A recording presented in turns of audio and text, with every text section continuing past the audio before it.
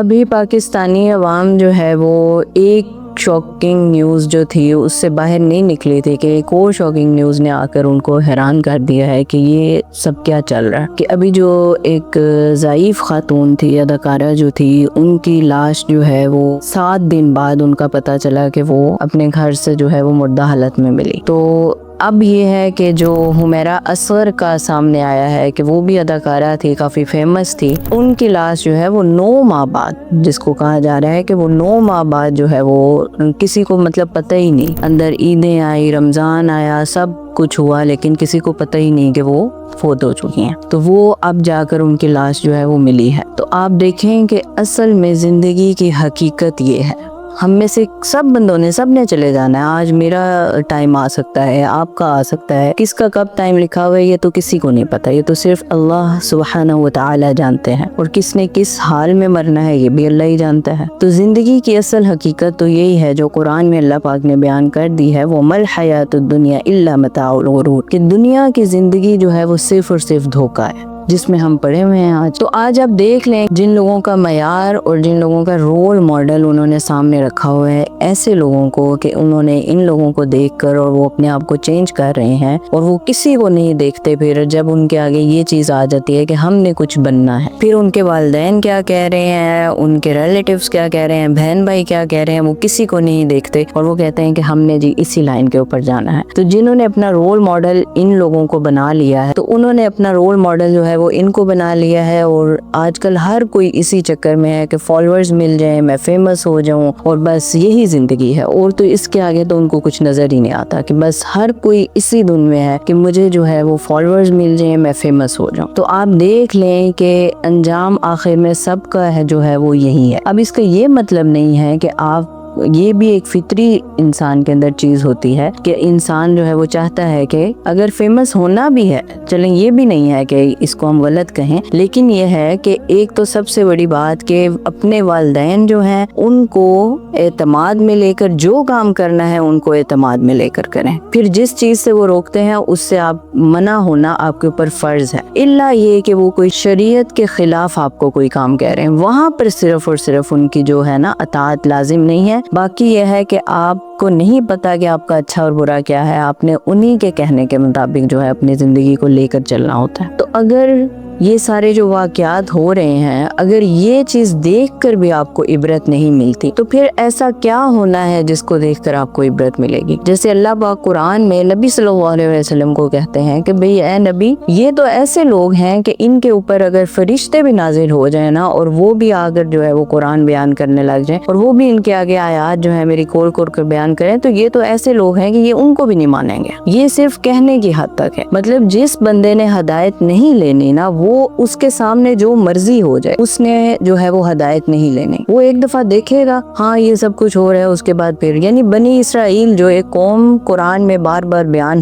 کر رہے ہیں اللہ پاک، اس کے بار بار بیان کرنے کا صرف اور صرف یہی مقصد ہے کہ وہ ایک ایسی قوم تھی کہ ان کے سامنے جو کچھ ہوتا تھا تو وہ ایک دفعہ تو ٹھیک ہو جاتے تھے، لیکن اس کے بعد پھر وہ سب کچھ بھلا کر ایسے ہو جاتے تھے جیسے تو کچھ ہوا ہی نہیں۔ تو یہ آج کل بھی وہی سیم چل رہا ہے کہ اگر ایک واقعہ ہمارے سامنے آتا ہے تو ہمیں ایک جو مومن ہے وہ تو کوئی اس طرح کا واقعہ جب اس کے سامنے آتا ہے تو وہ اس سے عبرت حاصل کرتا ہے، اور وہ اللہ کے اور قریب ہو جاتا ہے، تو اس کے اندر اور زیادہ خوف آ جاتا ہے کہ بھئی اب تو اس دنیا سے دیکھیں وہ لوگ جا رہے ہیں، ہم لوگوں نے بھی چلے جانا ہے، تو پھر ہمارے اندر تو اور زیادہ اس چیز کا ہو جانا چاہیے کہ ہم اچھے سے اچھا عمل جو ہے اس کو اپنی زندگی میں شامل کریں۔ ہمیں نہیں پتا کہ کل کو ہماری موت کس حالت میں ہونی ہے، لیکن نہیں، ہماری عوام ایسی ہے کہ آج دیکھ رہے ہیں اور سب اس کے اوپر بات کر رہے ہیں، اور اس کے بعد کل کو ایسے ہو جائے گا جیسے کچھ ہوا ہی نہیں، پھر اس کو بھول جانا، پھر کوئی نیا ان کے سامنے آ جائے گا کہ اس کے اوپر صرف بات کرنے کی حد تک تو نہیں ہونا چاہیے نا، اس کے اوپر جو ہے وہ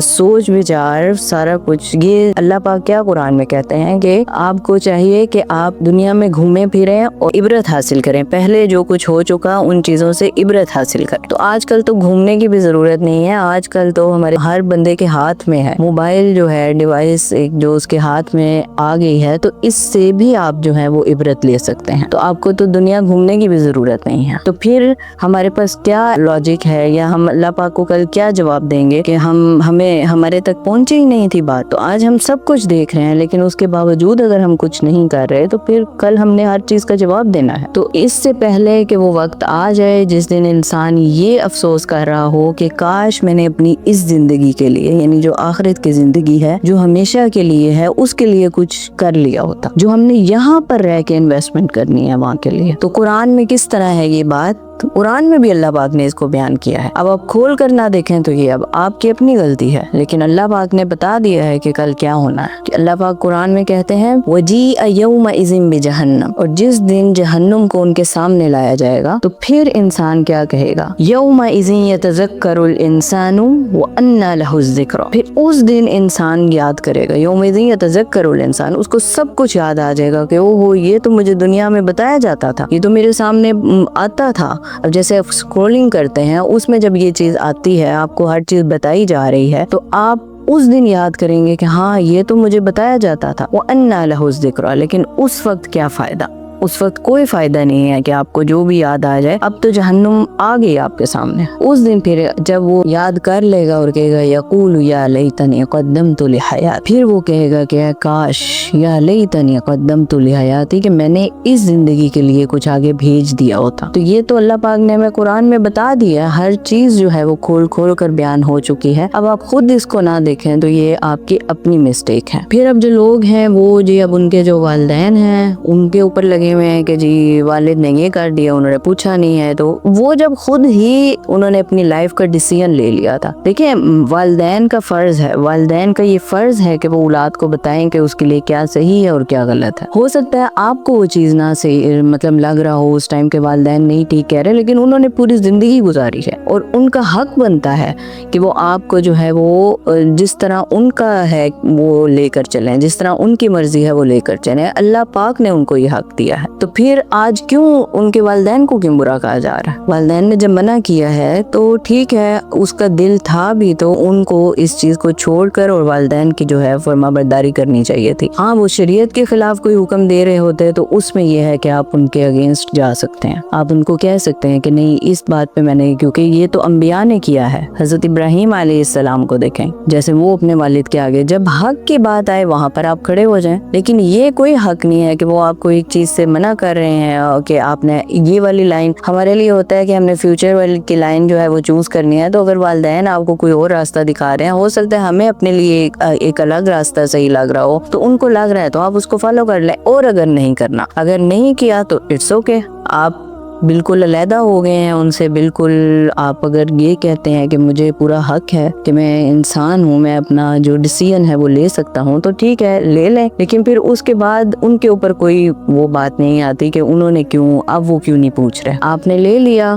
ڈیسیژن تو ٹھیک ہے، اب آپ اپنی زندگی جو ہے اپنے مطابق گزاریں. اب وہ گزار کر چلی بھی گئی ہیں، اللہ ان کی مغفرت فرمائے. لیکن میں ویسے ایک بات کر رہی ہوں کہ والدین جو ہیں ان کو کبھی بھی ان کے ڈیسیژن کو جو ہے وہ اپنے لیے کبھی بھی غلط نہ سمجھیں، کیونکہ والدین ایک ایسے ہستی ہیں جو آپ کے لیے کبھی بھی جو ہے آپ کو غلط مشورہ نہیں دیں گے. وہ آپ کو ہمیشہ جو ہے وہ صحیح راستہ دکھائیں گے. لیکن اب آپ نے خود نہیں ان کی بات مانی تو اس کے ذمہ دار آپ خود ہیں، والدین نہیں ہیں. آج ان کے والدین، سب سے زیادہ دکھ ان کے والدین کو ہونا ہے. یہ بات آپ نہ کریں کہ ان کو دکھ نہیں ہوگا، سب سے زیادہ دکھ بھی انہی کو ہونا ہے. جب اولاد جو ہے تکلیف میں ہوتی ہے یا اس کے ساتھ کچھ غلط ہوتا ہے تو دکھ بھی سب سے زیادہ والدین کو ہوتا ہے. لیکن وہ کیا کریں، وہ بے بس ہیں. تو اس لیے جو بھی واقعہ ہوتا ہے اس سے خود اپنی لائف کے لیے عبرت لیں. اس کو ایسے ہی نہیں کہ بس آیا ہے اس کے اوپر بحث کر کے اور بس یہ سمجھیں کہ اسی کے ساتھ یہ ہونا تھا، کل ہمارے ساتھ بھی یہ چیز ہو سکتی ہے. تو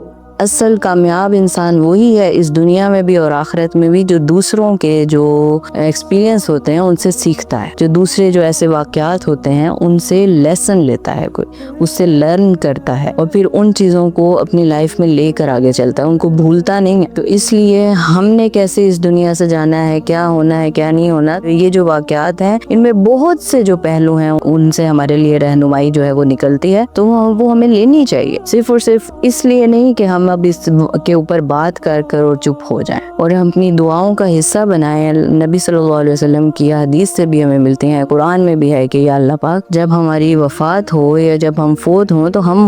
مسلمان کے ہونے کی حالت میں فوت ہوں. تو ہمیں بہت سی ایسی دعائیں ملتی ہیں, وہ آپ دیکھ سکتے ہیں, اپنی دعاؤں کا حصہ بنا لیں. ربنا افرغ علینا صبرا وتوفنا مسلمین, یہ بھی ایک بہت خوبصورت دعا ہے. اور بھی بہت سی دعائیں آپ کو مل جائیں گی, قرآن سے بھی ملتی ہیں, حدیث سے بھی ملتی ہیں. اس دنیا میں بھی اللہ کو یاد رکھیں تو آخرت میں پھر اللہ بھی ہمیں یاد رکھے گا, اور ہمارا جو خاتمہ ہے وہ احسن طریقے سے ہو, حسن الخاتمہ ہو, برا انجام نہ ہو, کیونکہ کسی کو نہیں پتا کہ اس کے ساتھ کیا ہونے والا ہے.